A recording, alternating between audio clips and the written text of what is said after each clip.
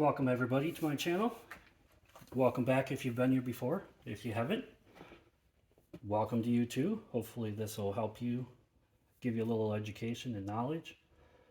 This is basically a simplified computer network, primarily for a real small business or in your home. So I just thought I'd show you a little bit about how it works, what you can do, give you some options, some materials, stuff like that. So most of you are probably familiar with a modem of some sort and a router. Yes, this is an old one, probably 30 years old, but it's what I had available. So you're always going to have some sort of internet signal coming to a modem of some sort. It might be a router and modem in one. A lot of the newer stuff is that way. They kind of combine it, but it's still basically the same thing. So you will have an internet signal that comes into your modem of whatever type. That might be cable, it might be phone line, it might be fiber optic cable. Whatever it is, for the most part, it's going to operate the same way. So then from there, you're going to have a line that connects it to your router. And like I said, if you have an all-in-one, you won't have this, but the connections are going to be similar.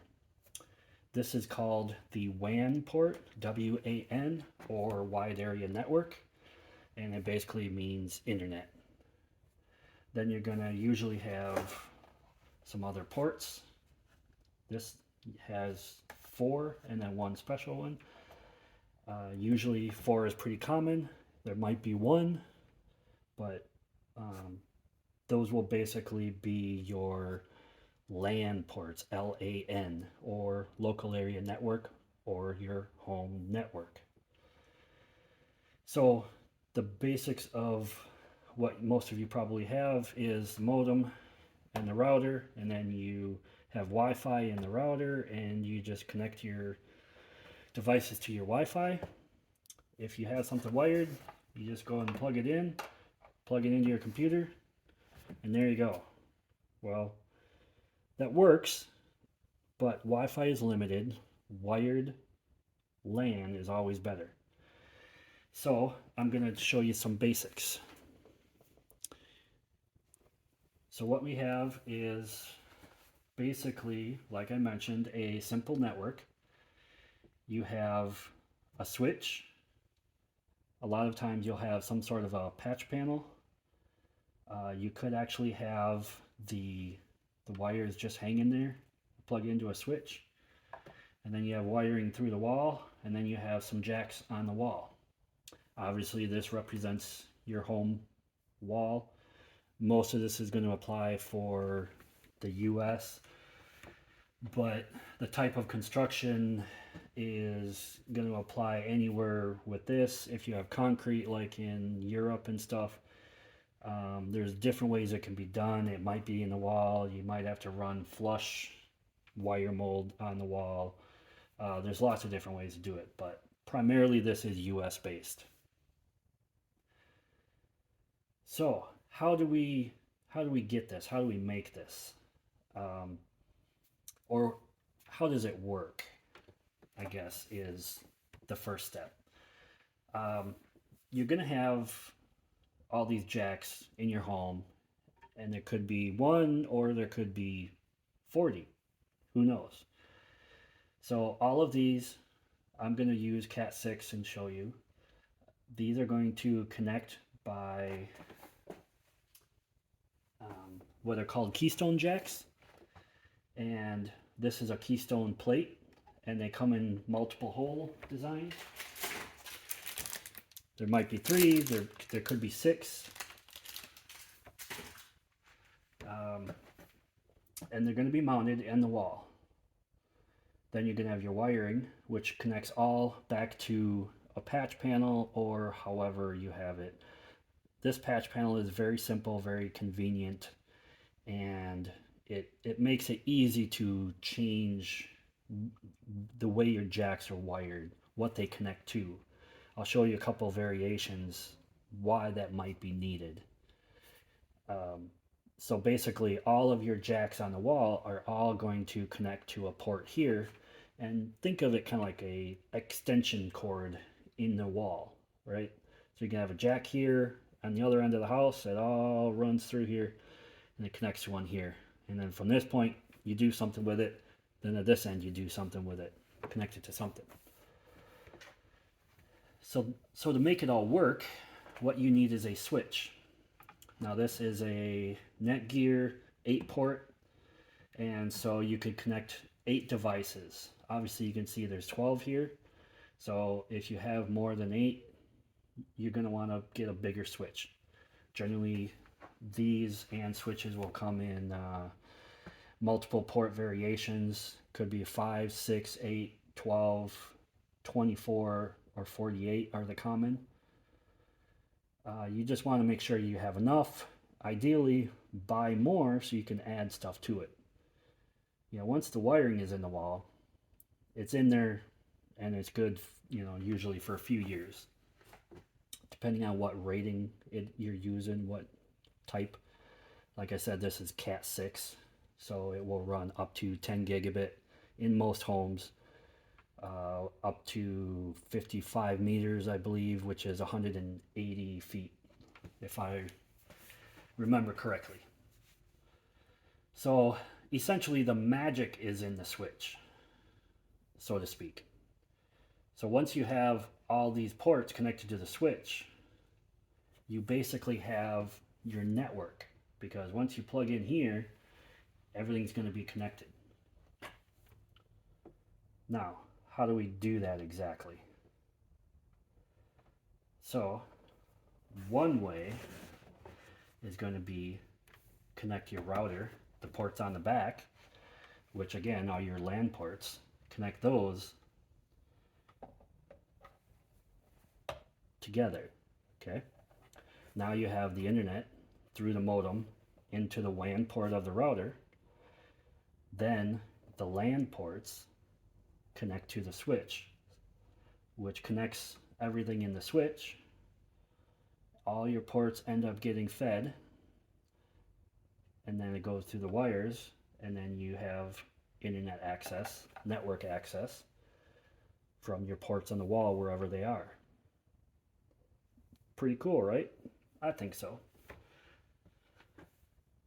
So like I mentioned, there's a couple variations, and I'll probably show you that at the end once we get this broken down a little bit. I'll show you a couple things. So where do we go from here? I'll give you some tips. The patch point panel and the large switch ideally is run to or put in the utility or communications area of your home. It's also a good idea to have your router there. There's a couple different ways we can wire this in order to do that. Your modem there, I think I said router. Your router can be at the same location, or you can place the router anywhere else on the network. You just have to wire it correctly for that. So essentially, to get this all to work, kind of recap, the router needs to connect to the main switch. Now, why do you want the switch and these connections in the utilities area? Why not in my office? Why not in, you know? Technically, it doesn't matter, but you want to think long term in your home. This is always going to be there. The wiring is always going to be in the wall. So moving all of the connections is not easy or cheap in most cases. So you want to put it somewhere where it's not going to get touched. So in a basement area, if you have one, or near the breaker panel, is generally, some people put them under the basement stairs. Just somewhere that you can run all of your wiring to, and then ideally add to it later. So you wouldn't necessarily want to put it on the wall in a finished room. with, you know, you get all the walls covered and painted. Well, what if you want to add 2 more cables sometime? Well, then you got to cut the wall open to get to it. Not ideal. That's why you want as much of this equipment in there as possible. But if your router is what has your Wi-Fi, you don't necessarily want that in your basement because your signal is going to be dampened and not as strong. So we'll go over that, but you still generally want the patch panel and the main large switch. In the networking world, it's called the core switch. Just call it the main switch, is easier to remember. I'm not going to show you exactly how to wire these. There's lots of videos on that. Again, this is just a basic overview. I'm not going to show how to wire this exactly, but I will show you the components. Now, when you have wiring in the wall, you want nail plates over the studs if they're open and accessible, because that prevents nails or screws from going through. These are good to cover plumbing or electrical in the wall. This is called a mud ring. This is a quick, cheap, easy way to connect to a stud if you have the stud open and accessible.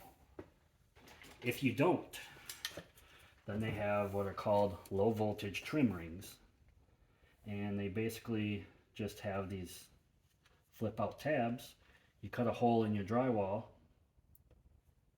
put it in there, and it clamps to the drywall, and then it has holes here, and you just put your plates on there. If you need larger than 6, that's about all you can fit in here, then you need to go to a 2 gang, which is able to hold more, basically double the amount. These work, like I said, if you have a wall covering, drywall or paneling or something that you can put it in. But if your studs are open, like if you're remodeling, well, you can't, you know, you can't really put this, okay? So you want your wiring and your location accessible for the drywallers. So that's where this mud ring comes in handy. I like the metal ones because they're stronger, sturdier. They do come in plastic, but the plastic, the holes can strip out easier. They can get broken easier. I just like the metal mud ring. These are only like $1 or something like that. So there's some tips for running your wiring. You can use plumbing J-hooks. These allow you to suspend your wiring. You can cut them to be short or leave them long. Comes with a couple nails. You just pop these off, nail them this way or this way, so you can mount them. You know, really, really easy. They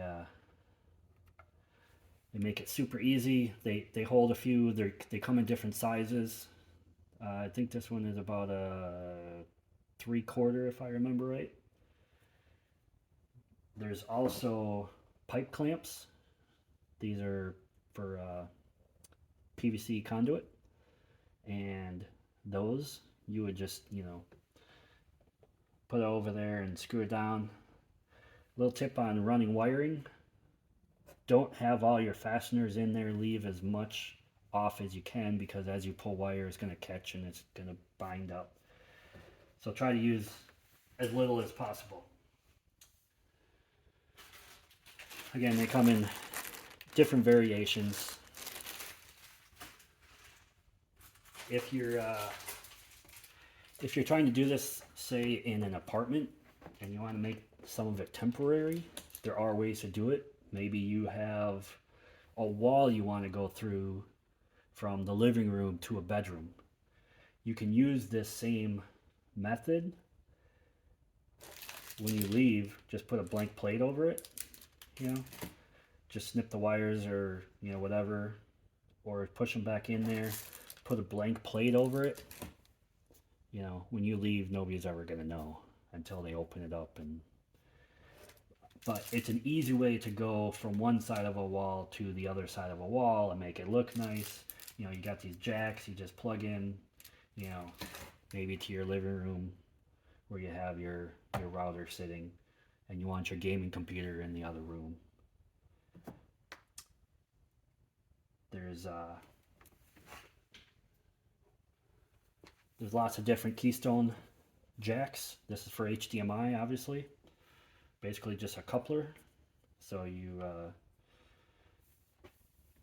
put a cord, HDMI cord in the wall. Maybe you want a TV up above. So you put one of these, top and bottom, run a cord in there, connect it. Now you just plug your HDMI cord in there and then plug one into the TV, and now you have a connection in the wall. There's also these couplers for the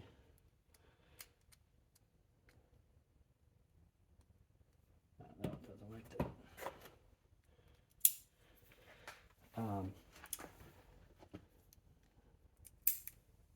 Okay. So if you, for example, wanted to do this in an apartment, anybody can cut drywall. Cut your plate in there. You know, put a couple of these in there. Get yourself a couple of short patch cords. Just plug it in. You know, it goes through the wall a little bit. Plug in the other side. Boom, done. You could leave it when you, or you could, like I mentioned, put a blank plate over it. Super easy, lots of options.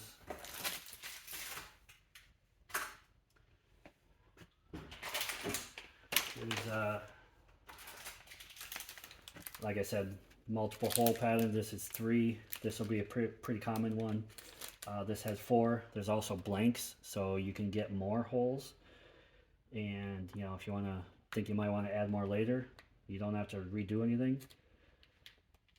Just take the blank out. It's also good for switching if you decide that you want to add more but you don't have enough holes. Or you just change the plate out. They just snap in and out. This one has 1, not real common, but there are plates that are available with the jack already on there and through it. So, but I like to use these keystones because you can change it. So, some tips for testing things. You know, let's say you get this all wired. Well, how do I know it works? Use a simple, cheap little cable tester. Basically just plug it. I mean, these are literally like under $10 on Amazon. Just plug it into both and it'll just go through and check all 8 connections. And if it's grounded, it'll check that too. Really simple. If it doesn't light for one of them, that means you have a problem with your cable. So either the jack end usually or the plug end or whatever. So essentially you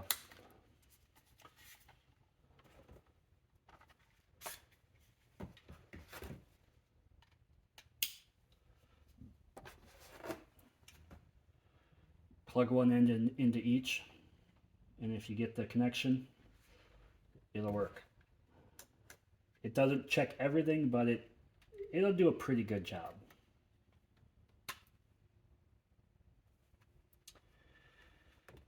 So that's there's a couple different types of these too. This one is also for BNC, which is a type of coax or like security cameras, but it also has the ports. And this isn't quite as good because it does by pairs, so there's only 4 pairs, so it doesn't tell you which individual wire, but it will still tell you if there's a problem or not.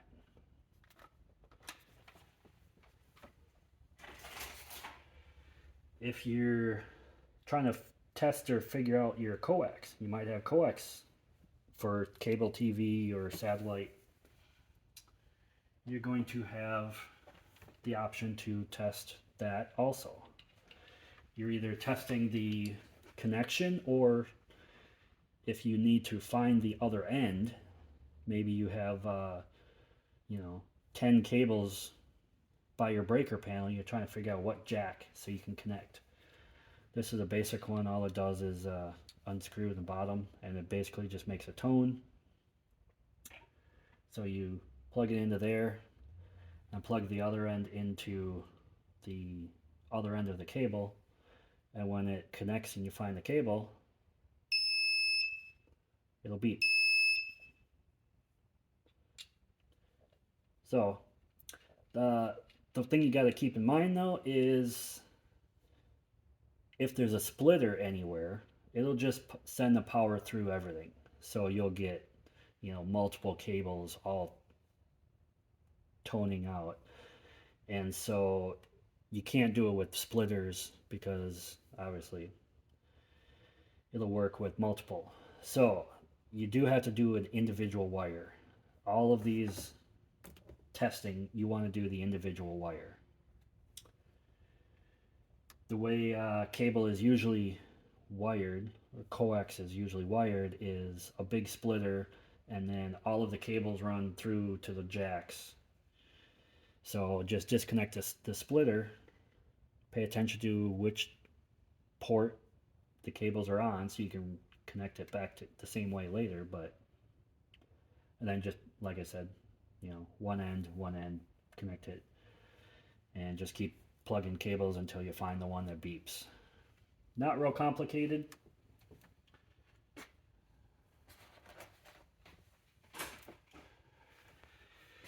Okay, so we went over how to make this work, and just a real quick recap. These are patch cords. So once you get it all wired, you just connect these to the switch. Then your switch has to be connected to the router, the LAN ports. So there's two different ways this can be wired. Like I mentioned, well, you know, I'll go back and show you this, and let me just pause it for a minute and I'll be right back. Okay, now we're back. So what I did was just pop this off of there. So here you can see the mud ring, and obviously there would be a cutout in the drywall or paneling or whatever there is. This wire would come through and it would connect to the back of the jacks. And these are really easy to use. There's an up, so just make sure they snap in. The cable for coax for cable, satellite, whatever, just connects to there. Any other cable, just connect there, and just screw it in there. Oh, also forgot to mention, if for example you're wiring a remodel on your house and maybe there's a crawl space you won't be able to access later, maybe there's upstairs you want to run wiring to, a really good idea is to run conduit so that later all your wiring runs through the conduit, and you can pull new wires, you can change, you can you know, add more later or whatever. But if it's inaccessible, you know, all your walls are closed up and you got multiple framing plates in the way, and you know, you don't want to cut a bunch of holes in your walls, which you can do. It's pretty easy. You can add conduit, which is really not as hard as it seems, because there's stuff called Smurf tube, which makes it really simple and easy. Why is it called Smurf tube? Because it's made by Smurfs in a Smurf factory. See, it's blue. Get it? Smurf tube? Yes, that's actually what people call it. So this is flexible. It's not extremely, but it is pretty flexible. So what you do is just drill a big enough hole, and you would run it in the walls. So maybe it comes out kind of like that. So all of your wiring would always come out there. So it's always easy to change it later. This is really easy. It comes in about 10-foot lengths, or I think 25 foot or 50 foot. So it's super easy. Just drill all your holes and then basically just pull it through. It's flexible, so it's easy to work around. When you're drilling these holes, try to get in the middle of the stud. Like I mentioned, put the plates over it. And, you know, I mean, like I said, it's really not as hard as people made. make it seem. If you're trying to drill in a finished wall, just a few basics. There's long flexible bits, drill bits that you can drill down through the floor, and you basically cut your hole in the drywall or whatever, stick your bit in there, and there's a tool you can bend it a little bit, and you just drill straight down, ideally into the basement, but you can also drill up. So sometimes you do need to put a hole a little closer. You know, if this was your ceiling up here, you would want a hole up here. You just cut a hole in the drywall. Drywall can be patched easy, and you'd be drilling up into the floor above. You can also drill horizontal a ways, but that's a little bit more dangerous because you might have a wire running over here or a water line or whatever, and you could drill right into it. Then you're gonna have a big problem. A lot of that is just looking at the house, where everything is laid out, trying to guess where things are running. If you're unsure, have an electrician. He can pull the wires for you. If he doesn't know how to do the ends, you know, that's fine. Just say, hey, I got some Cat 6. I just don't have the tools I need to drill through the wall and whatever. You know, the drill bits are $40 or something for the cheaper 4-foot long. Whatever you need to do. So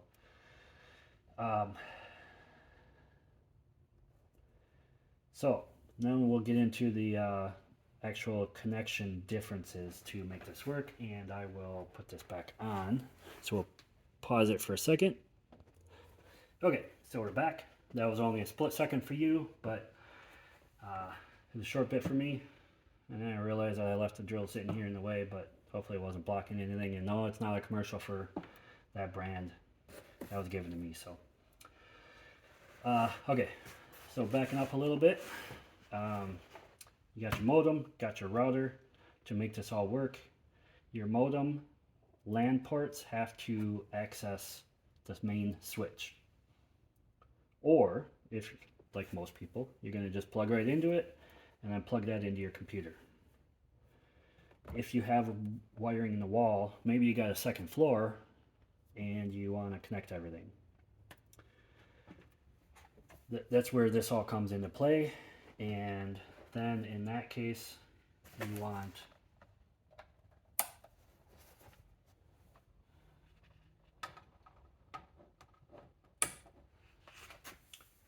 the router plugged into that. The main switch, the LAN. Now everything has access to the router. Everything that's wired or wireless if you have it built in. So, if you, for example, want to extend your network, say you got an office and you got 3 computers you want to connect, but you only have 2 ports. Well, you can use another switch. And you're basically just extending your network. And these switches are basically just cheap old. This is a 5-port. This is probably like $20. That one's an 8-port I recommend is the smallest because you always end up needing more ports. So you can get an 8-port for like $20. So just plug that in. Now anything plugged into this switch, okay, so you got 4 more ports available. Everything is going to go through here, go through the wiring, go through your patch panel, and as long as you have it connected, it's going to go into the switch. It's going to connect to the router LAN ports, then go through the router and go out through to the internet. Now, you want to try to avoid this as much as possible. Like I mentioned, keep your main switch large so everything connects to it. Why do you want to do that? That gets into basic principles of networking and capacity. Right now, this would be called an uplink because it basically connects a switch to you know, the rest. You have 4 gigabit ports, 1 gig, whatever you want to call it, but they only run through 1 port. So you're going to have 4 throttled down to 1, which may or may not be an issue depending on what you're doing. So if you can think of the switch like a splitter, as long as you're running on these 4 devices, you're going to have a fast connection because you're going to go, you know, in and out one port, in and out to the other port. You're going to have plenty of speed. But if you get 2 devices at full speed 1 gigabit, that's going to get necked down to 1. That's why you don't want to have switches daisy chained together if possible. That's part of the idea of having your ports all wired in the wall to a main switch. It's easy to run 1 cable, it's easier to run 2 or 3 at the same time. So 2 or 3 is about the minimum I would do, because if you need 1, you're always going to need 2. And I'll show you in a second a different situation where you're going to want to have a minimum of 2. So, like I mentioned, you know, if you're maybe your office and you want to just connect a couple different computers, it's probably going to work fine for most people. But as a principle, you don't want to connect to another switch, to another switch, to another switch, because the more you get connected all together, the more possibility you're going to have problems.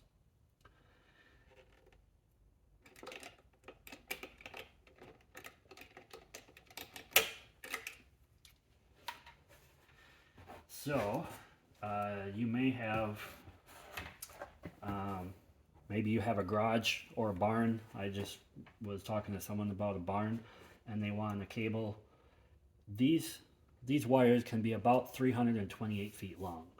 So as long as they're less than that, you're going to be fine. You're going to be able to run at 1 gig. If you want 10 gig, like I mentioned, each of these connections has to be about 180 feet or less, 55 meters. So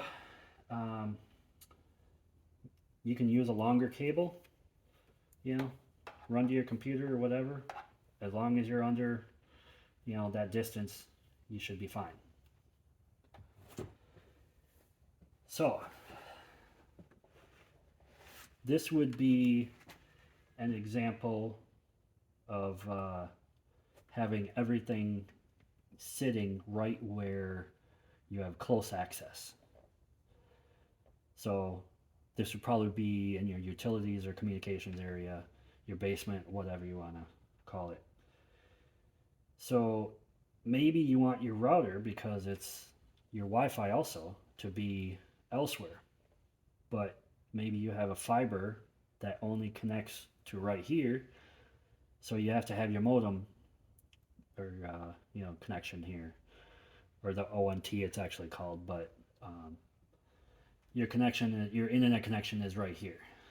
Well, one thing you can then do is have your router anywhere on the network. Once you get your jacks wired in, your router can actually sit anywhere on the network. But again, you want to remember, your router will have to have 2 cables going to it. Okay, so the yellow, sometimes it's green, that they get supply it, is that's your WAN connection or your internet. That's the feed to the router from the internet. Your router then has to be connected. Well, how do I do that? Okay, so then what you're going to want to do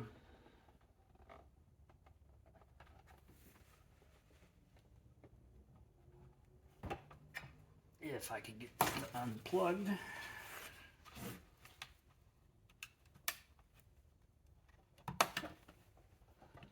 Let's say you want to have it in your office over here. Okay. But my modem and my device is over here. Well, how do I get them connected together? In that case, remember, you're going to want your WAN port, your feed to the router, connected to here.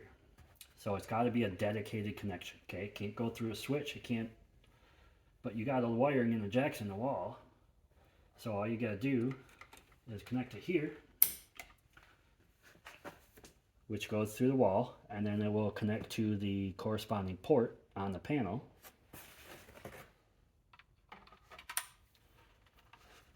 Which will then say it's number 7. Okay. Now, internet feeds there, runs over to this jack, and goes into the router. Cool.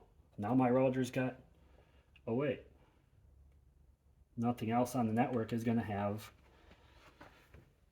internet though, because the router is not connected to the rest of the network, the switch, because that jack goes to there, which just comes out and goes to there. So if you want to connect the whole network, you're going to need, again, your LAN port connected to the switch and the rest of the network. That's why, as a minimum, I'd always recommend at least 2 connections. That way you can move your router around, and no matter where your internet is, you can put your router. Make sense? So your WAN port always has to be directly connected to the internet device, whatever it is. That's where the patch panel comes in, because you just unplug whatever port it is. You know, if it was, say, port 4,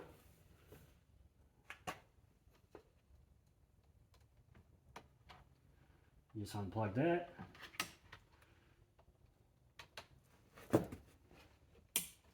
Okay. Now you're plugged in there. Patch panel is really convenient. If, for example, you needed really high capacity and you have extra ports, you can also connect 2 of them together to your computer if you have the ports on your computer. So you got 2 cables going to your computer. And then if you have the special switch, this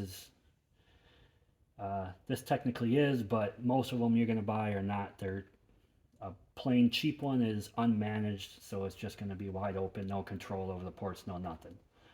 A managed switch has more control, more options you can set, and it allows you to basically combine those 2 cables together so you get double the bandwidth, double the capacity. Most of us really don't need that, but it at least is an option. So the switch is going to allow that, but if you have the cables and the jacks in place, it allows that capability. So I think that kind of covers the basics. I'm going to just pause it here for a quick second and think, make sure I covered everything, and I'll be back in a second to close this up. Okay, so on a little bit of review and thinking and remembering, I think I covered all the basics. Like I mentioned, that's a patch panel. These are all patch cords, come in various lengths. Monoprice is a good supplier of all these different components. They got wire. For the wire, Cat 6 and 23 gauge or AWG is a good option. It's basically a larger actual copper wire, so it'll handle everything better. With these plates and the keystone jacks, try to keep the same brand. You'll have less fitment issues. Sometimes they just don't fit just right, so use the same brand. They got all kinds of them, but this stuff is sold at most home stores: Home Depot, Menards, Lowe's. So in a pinch, you can use it. Usually, as most of them are all going to fit pretty well. My fake wire popped out there. Yeah, so this gives you a a real good basic overview. I hope it helped you. If you have any questions, I'm going to leave more tips and actual written description of some of this in the comments, probably. I hope it'll fit. I might make up some pictures and stuff and post something else. I'll link it all if I do that. So just to give you a basic, better understanding or idea. The hardest concept, I guess, is people to understand. You know, you have jacks in the wall and you got wiring. Well, where does that go? Okay. So again, the patch panel, they connect to the back.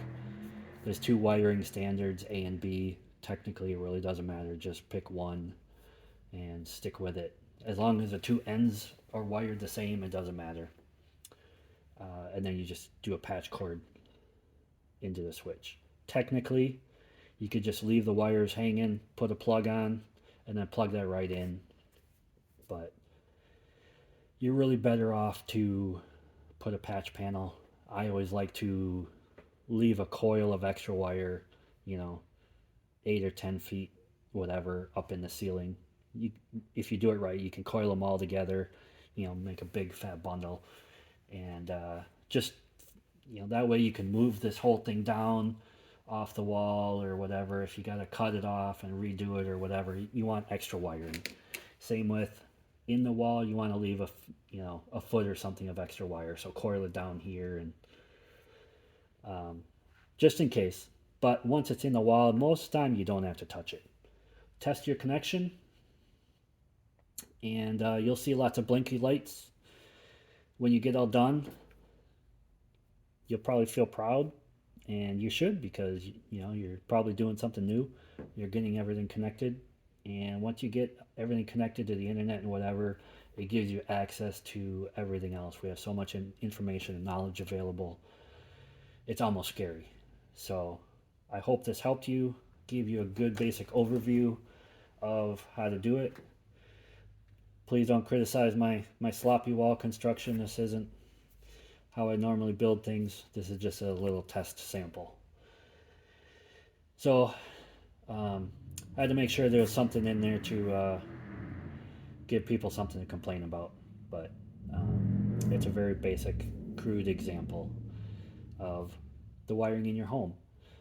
If you're building a home or you're remodeling, I'd strongly recommend, like I mentioned, putting 2 or 3 ports in each room and in every location you think you might want a computer. Worst case, it doesn't get used, but that way it's in there. Don't forget, maybe in the ceiling you want a Wi-Fi access point. You might want security cameras. Security cameras can also run over the same Cat6 wire. So run those into the same location. You can do it the same way.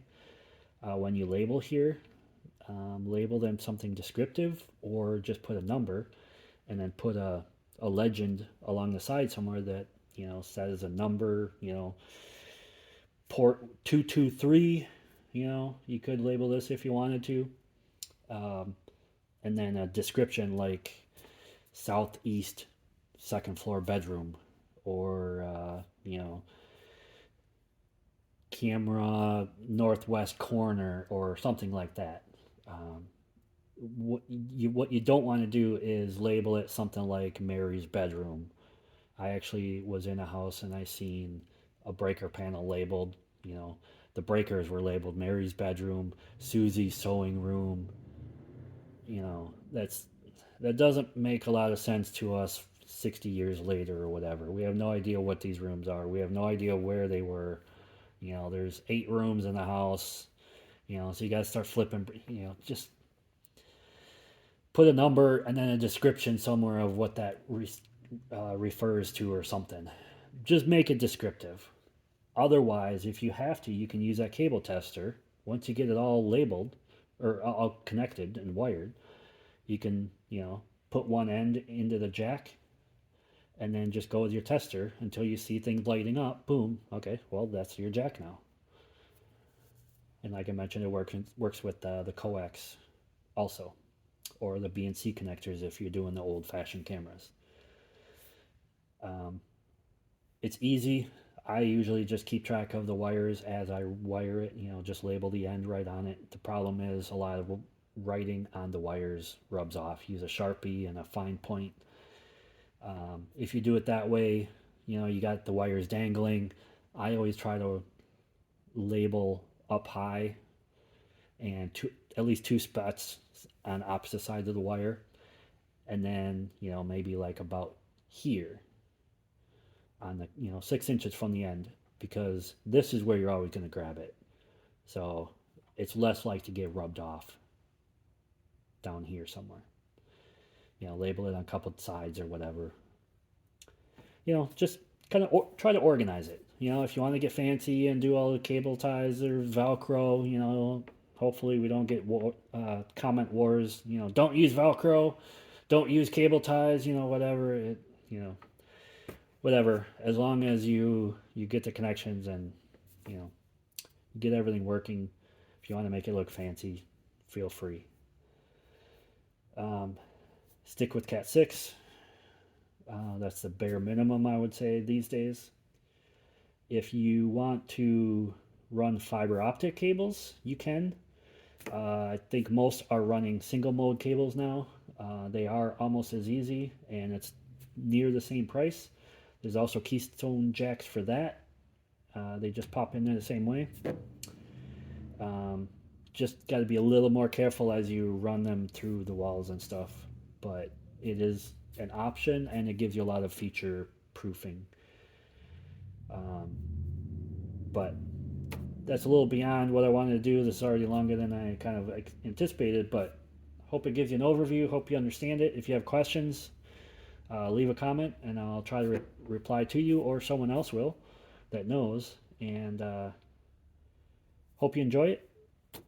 Have fun doing it. It's a good thing to learn. You can use this. It's pretty much the same anywhere you go for the most part.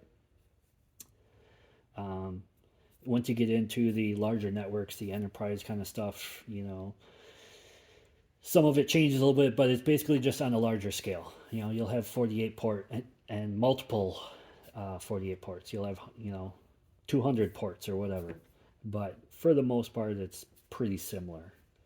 Switches get bigger, more expensive, but most homeowners and small businesses are going to be the same, very simple.